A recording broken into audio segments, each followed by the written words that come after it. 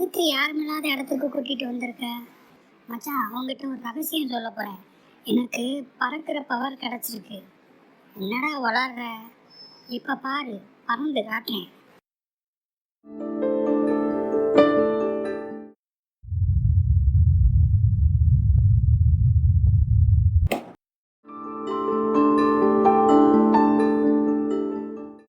பறக்கிற சக்திக்கு ஆசைப்பட்டு இப்போ நடக்கிற சக்தியை இழந்துட்டியே.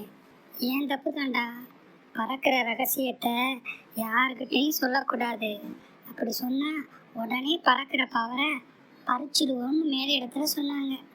அதுக்காக நீ பறந்துக்கிட்டு இருக்கிறப்ப பறக்கிற பவரை பறித்து உன் காலை உடைக்கணுமா என்ன? எது எப்படியோ, நன்றிடா. என் தலையில் விழுகாமல் போனியே, அதுக்கு ஒரு பெரிய நன்றிடா.